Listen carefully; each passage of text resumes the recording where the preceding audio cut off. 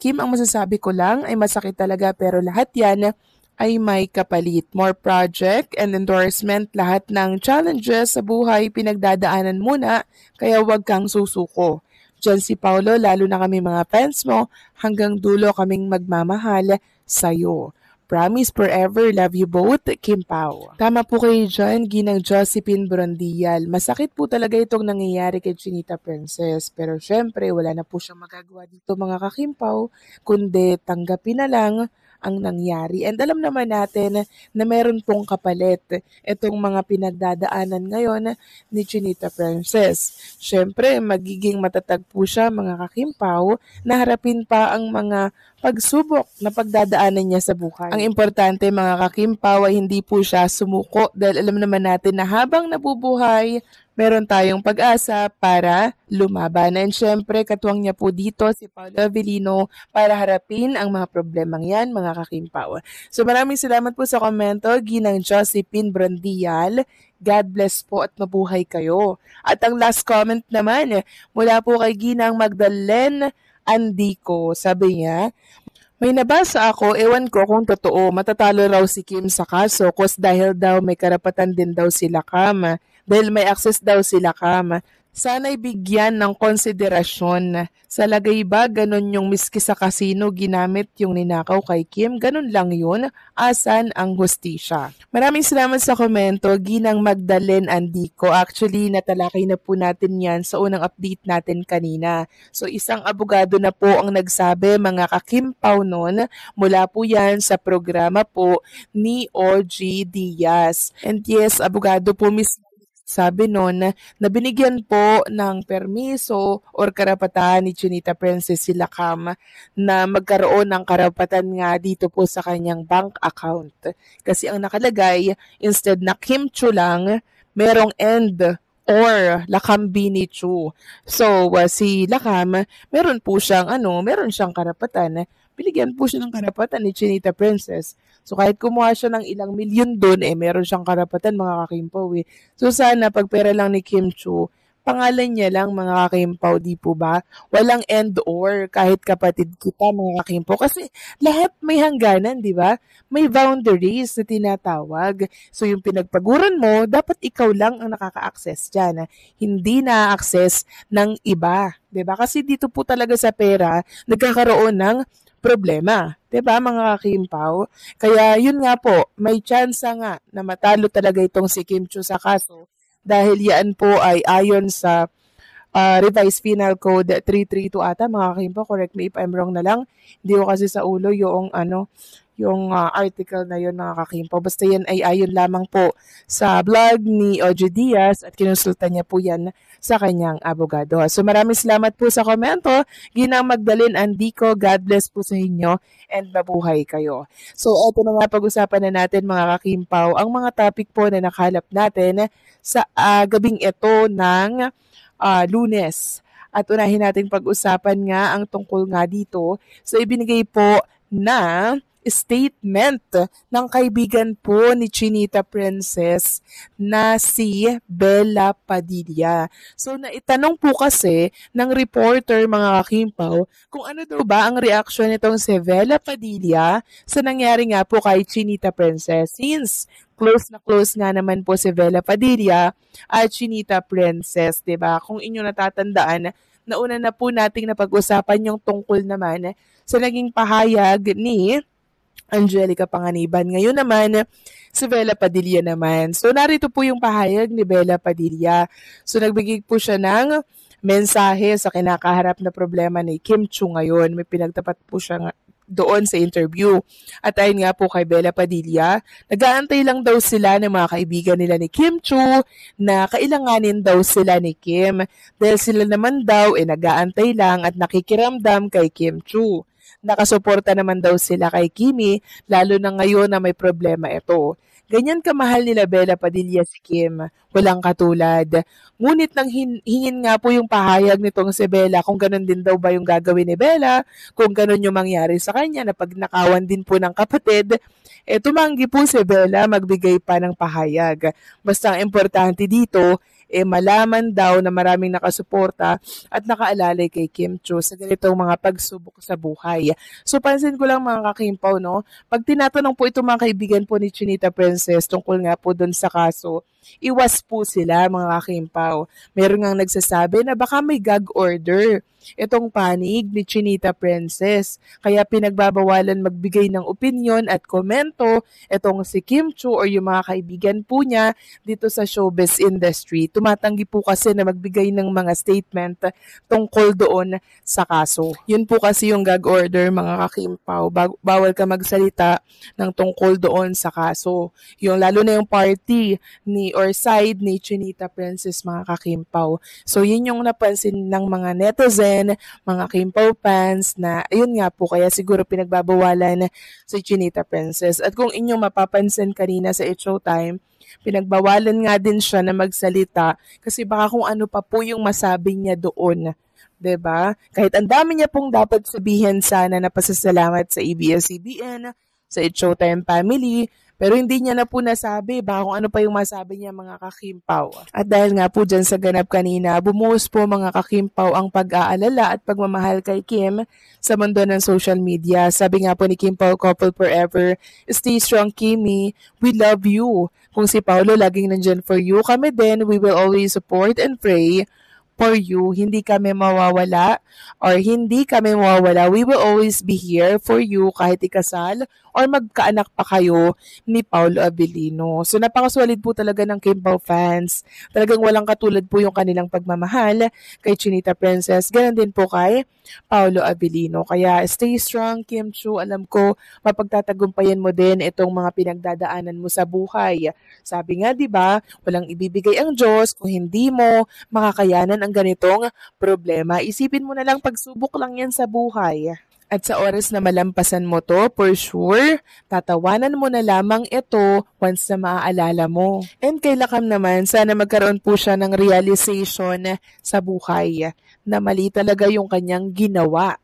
At kung ako naman kay Chinita Princess, kung sakali man po na hindi mabayaran, ni Lakam yung nakuhang pera po sa kanya, layuan mo na lang siguro Kim Chiu. Hayaan niyang ma-realize niya kung ano yung sinira niya. Kasi kung ayaw niyang masira yung pagkakapatid ninyo, yung pamilya ninyo, dapat una pa lang naisip niya na dapat hindi niya yun ginawa. Kaya mainam po mga kakimpaw na ang payo kay Kim, layuan niya na lamang po yung kanyang kapatid. Mahirapan yung desisyon pero ito po yung nararapat mga kakimpaw. Ang balitang handang tumulong ang mga kaibigan ni Kim Chiu ay nagpapakita ng isang napakagandang aspeto ng buhay, ang halaga ng tunay na samahan. Sa gitna ng mga issue, kontrobersya o personal na pagsubok na maaring pinagdaraanan niya, malaking bagay ang may mga taong nakapalibot na hindi lang nandiyan para makisaya, kundi handang sumuporta kapag kailangan. Sa mundo ng showbiz, kung saan madalas ay puro ingay, chismis at pressure ang umiikot, bihira ang pagkakaroon ng mga kaibigang tunay, tapat at hindi nag-iiwan kapag bumibigat ang sitwasyon. Kaya nakakataba ng puso makita na si Kim, isang matagal ng celebrity at public figure, ay may matibay na support system na handang sumalo sa kanya kung sakaling mawalan siya ng lakas o direksyon. Ipinapakita rin nito na kahit gaano pa katatag o kasikat ang isang tao, normal at likas pa rin ang mga ilangan ng tulong, payo at damay, at hindi ito kahinaan, kundi lakas ng pagkatao. Ano ang masasabi ko sa balitang ito? Napakagandang balita ito dahil nagbibigay ito ng assurance sa mga fans na hindi nag-iisa si Kim. Hindi man natin alam ang lahat ng detalye ng mga pinagdaraanan niya.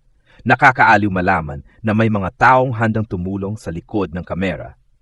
Ipinapakita rin ito na ang mga tunay na relasyon ay mas nakikita sa panahon ng pagsubok kaysa sa panahon ng saya. Ang pagkaroon ni Kim ng mga kaibigang may malasakit ay hindi lamang patuloy ng kabutihan niya bilang tao, kundi patunay rin na sinuwerte siya sa mga taong nasa paligid niya. Ano pa ang maaring maidagdag? Malaking tulong ang emotional support sa mental at personal na kalusugan ng isang tao, lalo na para sa isang artista na araw-araw nasa mata ng publiko.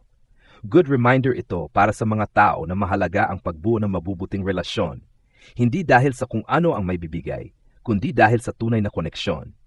Positibong mensahe para sa fans na hindi kailangang mangamba dahil maraming nagmamahal kay Kim at handang umalalay sa kanya.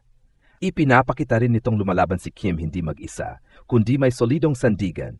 Isang bagay na madalas nagbibigay ng lakas sa isang tao para magpatuloy. Ang balitang handang tumulong ang mga kaibigan ni Kim Chiu ay isang malinaw na patunay na sa likod ng lahat ng kinangsaya at pressure ng showbiz, ang tunay na yaman ng isang tao ay ang mga taong hindi kaiiwan kapag dumating ang mahihirap na yugto ng buhay. Sa mga panahong maraming usapin, hamon at kontrobersyang hinaharap si Kim, napakahalaga na may mga taong nakahandang sumalo sa kanya kapag napapagod na siya o nabibigatan sa sitwasyon. Sa atin na matagal nang nakasubaybay kay Kim, alam nating hindi madaling maging nasa mata ng publiko. Kahit anong galaw, salita o emosyon niya ay agad napapansin, nabibigyang kulay at minsan pa nga'y nagiging sentro ng intriga. Kaya't ang pagkakaroon niya ng mga kaibigang totoong nagmamahal at kumakampi sa kanya ay isang bagay na nagbibigay ng napakalaking ginhawa at lakas ng loob. Hindi lahat ng tao ay pinagpala ng kaibigang marunong umintindi sa katahimikan mo. Kaibigang kusang lalapit kahit hindi ka humihingi. Kaibigang handang makinig sa kwento mo kahit paulit-ulit. At sa bahagi ni Kim, makabuluhan na malaman na hindi lamang fans ang nakikiramay, kundi mismong mga kaibigan niya sa personal na buhay. Ang mga taong nakakakita kung ano ang tunay niyang nararamdaman. Ang ganitong klase ng suporta ay hindi napapalitan ng pera, katanyagan, o anumang material na bagay. Ito ay pundasyon ng isang tao at kung matibay ang pundasyong iyon, nagiging mas matatag siya sa harap ng anumang unos. Sa gitna ng mga hamon, ipinaala nito kay Kim na hindi siya nag-iisa. May mga kamay na nakaabang para alalayan siya. May mga balikat na pwedeng sandalan. May mga tainga na handang makinig kapag hindi na niya kayang magsalita. At may mga pusong handang umunawa kahit hindi niya kayang ipaliwanag lahat. Ang sitwasyong ito ay hindi lamang tungkol kay Kim. Isa rin itong paalala para sa ating lahat na sa panahon ng pagsubok, doon mo makikilala kung sino ang totoo. Kapag masaya ang buhay, marami ang gustong makisama. Pero kapag mabigat ang sitwasyon, doon mo makikita ang tunay na mga kaibigan. At kay Kim, malinaw na hindi siya iniwan. Sa kabila ng mga isyong kinakaharap niya, may mga taong tumatayong proteksyon niya, gabay niya, at emosyonal na suporta niya. Ipinapakita nitong likas siyang mabuting tao dahil ang taong tapat at may mabuting puso laging binabalikan at tinutulungan ng kapwa. Ano pa ang maaring idagdag? Ang suporta mula sa kaibigan ay nagbibigay ng lakas na hindi kayang ibigay ng anumang material na bagay. Ito rin ay mensahe na mas mahalaga ang emotional well-being kaysa anumang issue o intriga. Ang pagkakaisa ng mga taong malapit kay Kim ay nagbibigay ng pag-asa sa fans na magiging maayos ang lahat. Mas lalo nitong pinapatunayan na hindi mo kailangan ng maraming tao. Kailangan mo lang mga tamang tao. Masasabi kong napakaganda at nakaka-inspire ito. Ipinapakita nito na kahit gaano pa kasikat o kabisi si Kim sa showbiz, mayroon siyang mga tunay na kaibigan na hindi lang nandiyan sa saya, kundi handang sumuporta sa oras ng pangangailangan. Ang ganitong suporta ay napakahalaga, hindi lang para sa kanyang emosyonal na kalusugan, kundi pati na rin para sa kanyang personal na katatagan. Ipinapakita rin nito na sa likod ng mga intriga at pressure sa industriya, may mga tao siyang maasahan at ito ay malaking bagay para sa isang tao na palaging nasa mata ng publiko. Sa madaling salita, ito ay patunay na mahalaga ang tunay na pagkakaibigan at ang pagkakaroon ng mga kaibigang handang tumulong ay isa sa pinakamahalagang yaman sa buhay, higit pa sa material na bagay o katanyagan. Bukod sa ipinapakita ng balita na handang tumulong ang mga kaibigan ni Kim Chiu, pwede pang idagdag na 1. Emosyonal na suporta ay mahalaga. Hindi lang pera o material na bagay ang kailangan sa oras ng problema. Minsan, sapat na ang may mga taong makikinig, makakausap at makakaintindi. 2. Patunay ng tunay na pagkakaibigan. Nakikita rito na ang tunay na kaibigan ay hindi lang sa kasiyahan kasama, kundi lalo sa oras ng pangangailangan. 3. Inspirasyon para sa iba.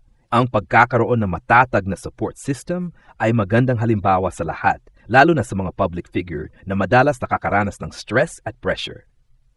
4. Pagpapalakas ng loob ni Kim. Alam ng fans at ng publiko na hindi nag-iisa si Kim, kaya mas nagiging matatag siya sa pagharap sa anumang hamon. Paalala sa kahalagahan ng relasyon. Hindi lahat ng tao sa paligid natin ay tunay na kaibigan. Kaya pinapahalagahan ang mga taong handang tumulong sa oras ng pangangailangan.